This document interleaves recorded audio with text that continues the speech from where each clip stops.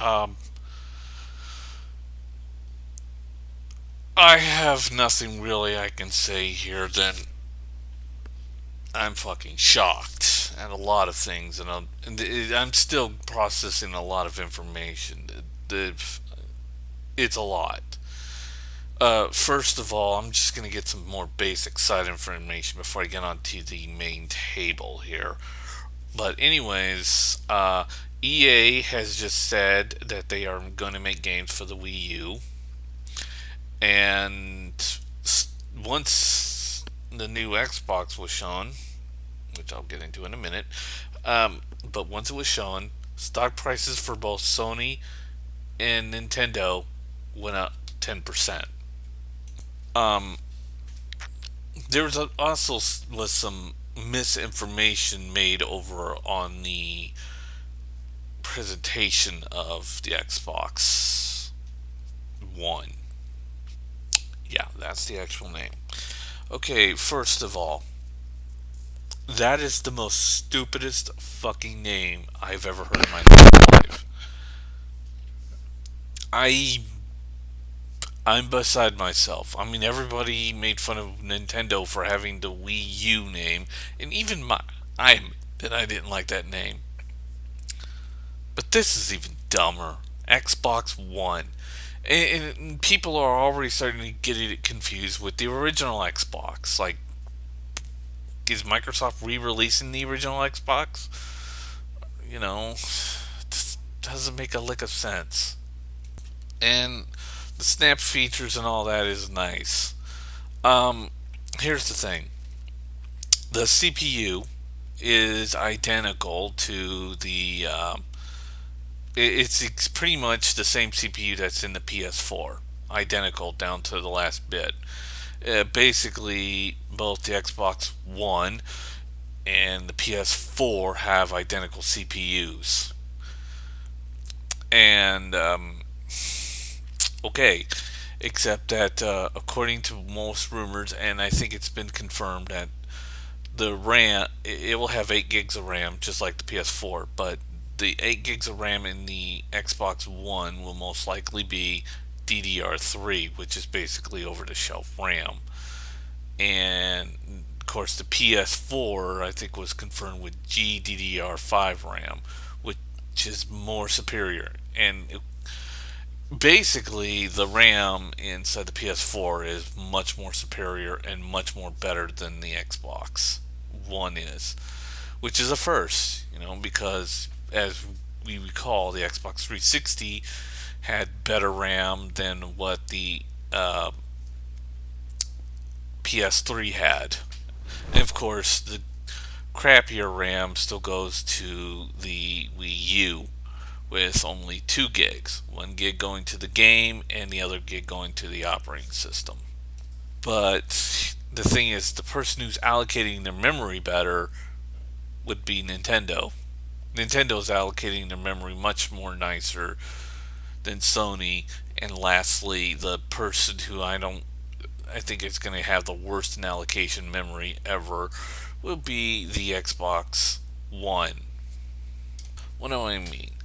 Well, most of it's been rumored, but they've said 3 operating systems, 3 Windows 8s, which takes up a crap ton of RAM, way more RAM than what's needed, as well as, you know, turning the thing into a cable box by having an HDMI in and out and allowing it to connect to your cable box and then have it talk to it. The guy was able to say Xbox change channels, and it did. And the other one that's capable of doing this is the Wii U. Now, the Wii U is doing a more simpler, cheaper, and less resource intensive way of doing it. They're basically, as we all know, the gamepad has an RS connector on it, has an RS thing on it, which basically allows it to talk TVs.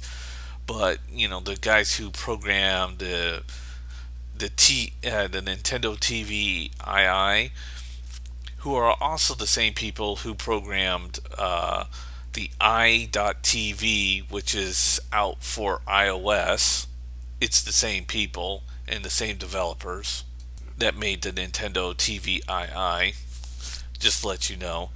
Uh, Basically, what they did was, they found out about the IRS connector, and they just essentially said, okay, you can now control, the cable box from this without having to connect your Nintendo Wii U into the cable box. It's just basically being controlled by another remote control device, which is your gamepad.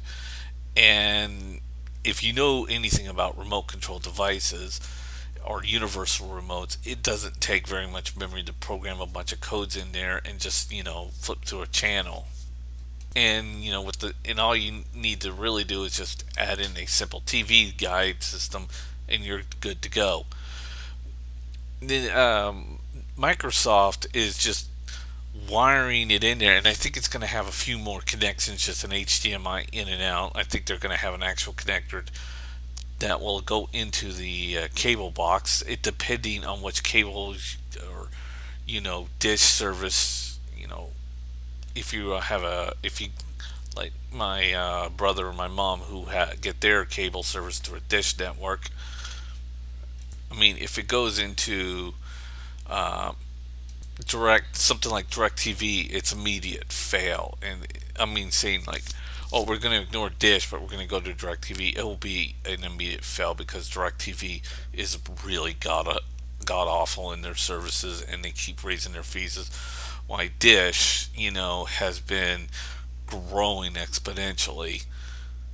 But they could probably go with dish and cut off direct, which is fine. But yeah, Dish has a much more better customer service than what Direct has, and they don't keep popping up fees out of just popping it out of their ass out of thin air. But anyways, the thing is that this thing has a bunch of useless features. And as for that snap command thing, the PS4 pretty much can do this probably much more faster than the Xbox One will, and the Wii U is already running double applications on top of each other because they're using the GPU, and the CPU is handling all the operating systems and all the extra stuff and putting the web browser and the Miiverse. That's how you can have a Miiverse on top of the actual game when you turn on your Wii U. And of course, it has its own dedicated RAM, that 1 gig of RAM that they dedicated to the operating system or into basic background functions. And the thing is that with the PS4 and the Wii U, they have this simple system of, like the operating system you run, and then you turn on the game, and basically the operating system is shut down, and the game becomes the operating system for the system until you're done with the game, and either go back to this operating system or you just shut off the system. But it seems like Xbox One decided to keep the operating system going with like three other operating systems, which is not allocating its memory very wisely, especially if it's just DDR3 RAM, which basically, if my calculations are correct, which is not all the time, but it's not going to leave very much RAM for the games, basically, is what I'm saying. And it's going to it's going to hurt the fucking games badly.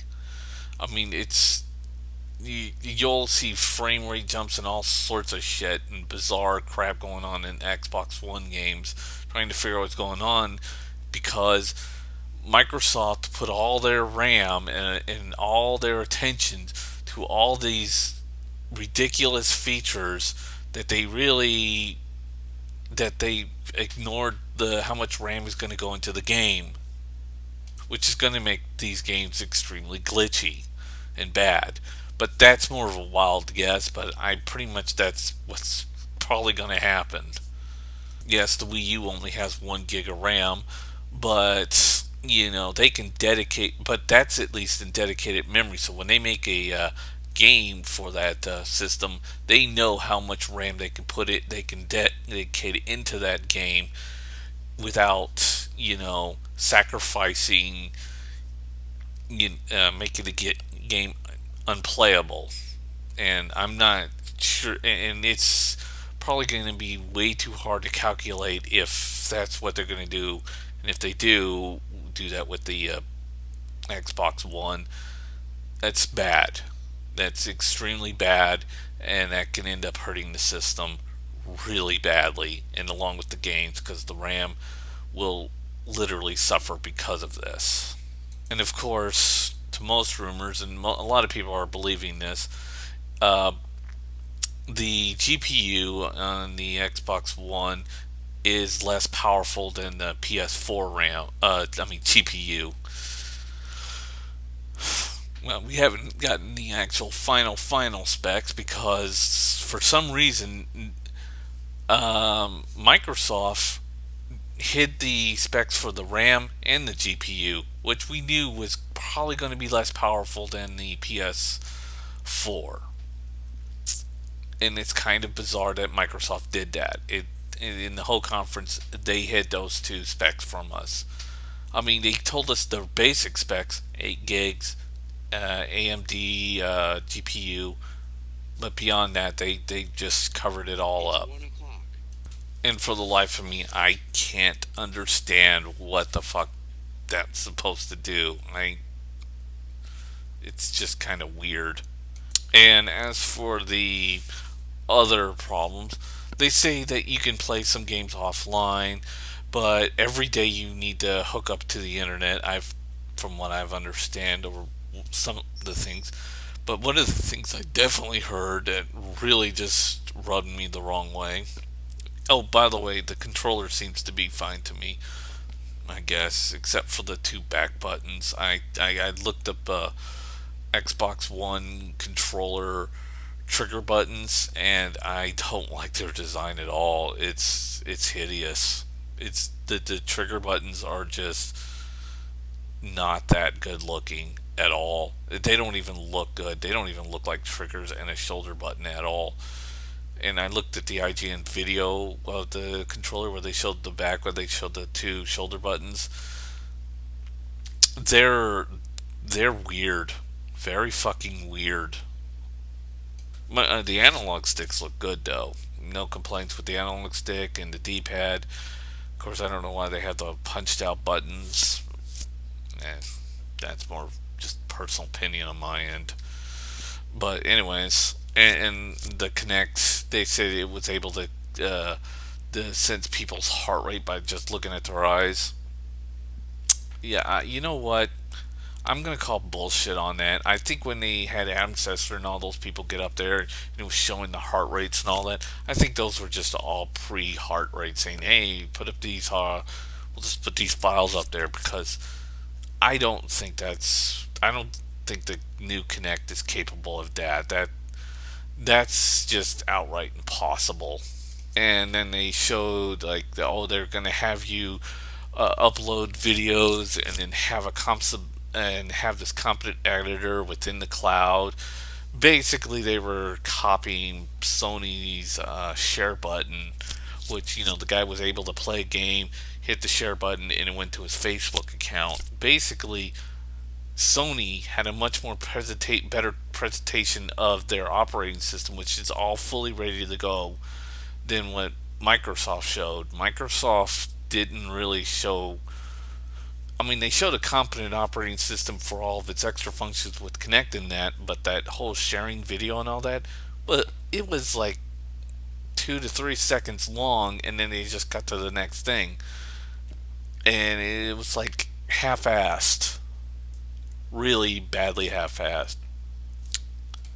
And as for the whole online thing, of course, it's good to know that they're not going to have that system online. I I'm going to say something. I said a long time ago I didn't think Sony and Microsoft would be that stupid to do something that entirely dumb. Um, it turned out I was right about Sony, and I was incorrect about Microsoft.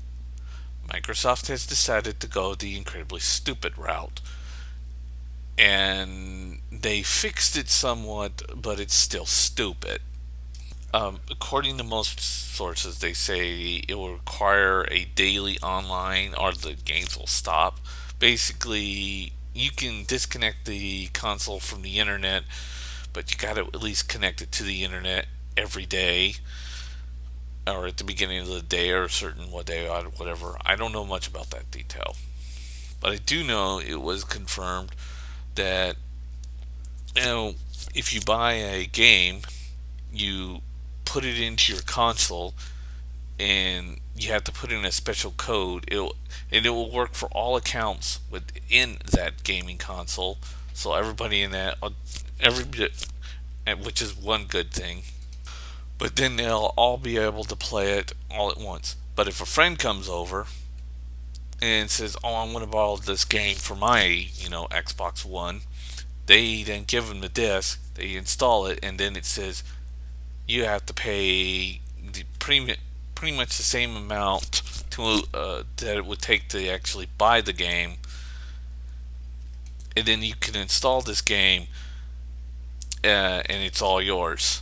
Which basically means that Microsoft is going to war against GameStop and the whole used game market. I've said that we are going to probably go all digital download in the future with our next line, and I do believe it. Right after the Xbox One, PS4, and the Wii U, once they're done with that generation, I think the whole new next gen consoles will all be digital downloads, and I believe that. But to do a move like this right now, where it's still flexible and it's you still got to try to get customers onto your system who don't have a real high access to the internet, like our fast internet access, is a brain dead, stupid fucking move in all fucking ways. And I don't know why Microsoft has decided to go in this. I seriously am lost for words. It's really a stupid thing to do. And some people are saying it will sell because customers are stupid, and others are saying it won't sell. I don't know. Oh, and the Kinect needs to always be connected to the Xbox, or it won't work. I even more lost for words on that one. See ya.